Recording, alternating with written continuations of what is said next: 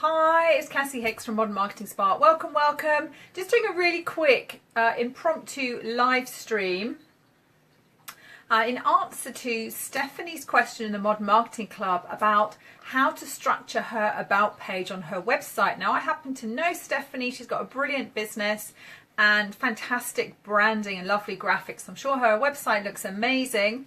And Stephanie's asked for some help on her about page. So I've got 7 tips here to give you some pointers. So let's jump straight in, and I might do a little checklist to go with this, but hope this is helpful to get you started. So number 1 is to make sure you've got a really catchy headline for your about page. And just FYI, usually the about page on your website is the second most visited page after your home page, so it's really important to take a bit of time and get this right. And what I suggest you do is use these 7 steps, but also have a look at other people's about pages, and you'll see similar patterns on some of the really good ones. So step number 1 is to have a really compelling headline at the top of the page. So don't think of this as a page where you just talk about yourself. This is a page that people are going to come to find out about you and whether you can help them. So keep that in mind. You still need to think of it as a page where you're selling yourself. And I find a good way to start, oh hi Kirsten, hello. I find a good way to start an about page is either with a question or with a promise. So you either want to talk about the promise of what you offer or ask people a question, and the question can either be, you know, are you fed up with this? Are you struggling with that? Are you juggling with this?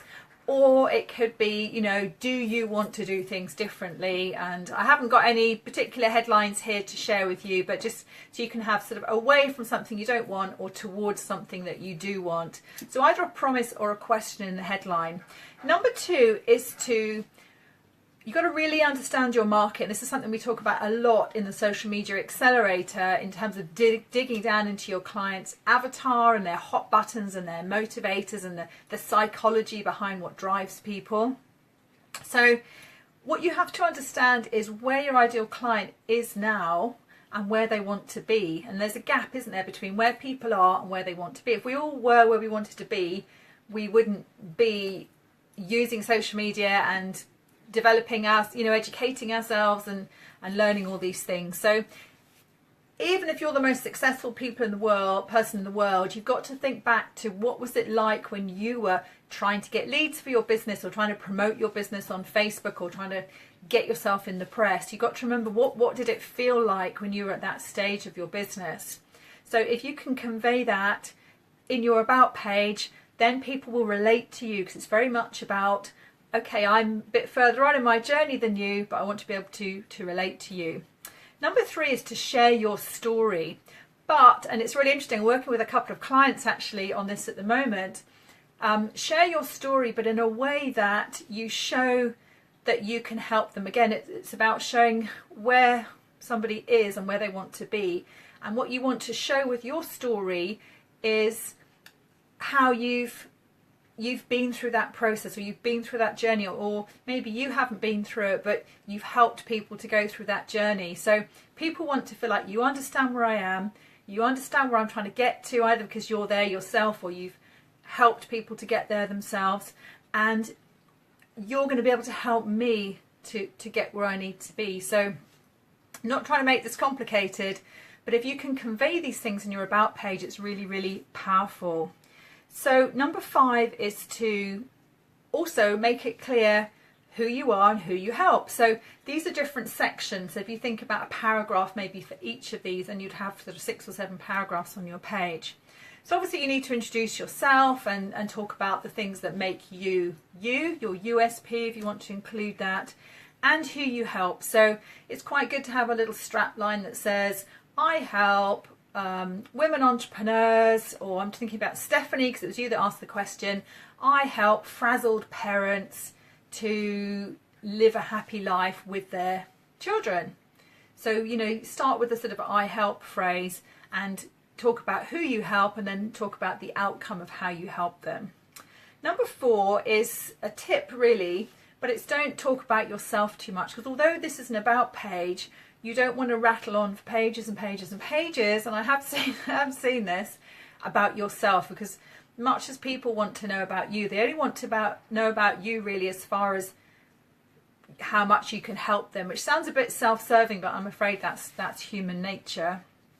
So speak to their wants and needs, but in a sense of, here I am, this is what I do, this is my experience, and I'm using my experience to now help you to get where you want to be and what you want to do.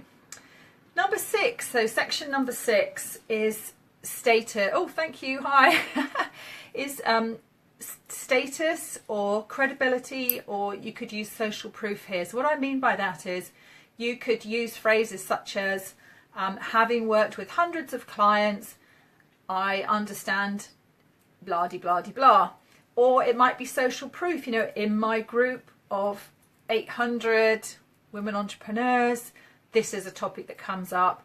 Or it might be that you've won an award, or it might be you've been in the press. You know, you see people that say featured in Huffington Post, featured in Forbes, featured in these different magazines. But you need something on your about page that's giving you that credibility. So whether it's logos of publications you've been in, maybe if you don't have all of that, that's fine. You can just say, this is, you know, I've worked with clients in this position. And then number 7, your last section is your call to action. So sometimes you see these really nice about pages and then they just end and you think, oh, you know, what you need to do at the end of your about page is have a really strong call to action. So think about, what do you want people to do? So they've read your story, they know how you can help and what your promise is and the types of people that you can help and how you can help them. So what's the next step? So it might be that you say schedule a call with me so we can have a chat about how we can look at working together. It might be download one of your freebies. It might be sign up for a taster session. So make sure you've got a clear call to action.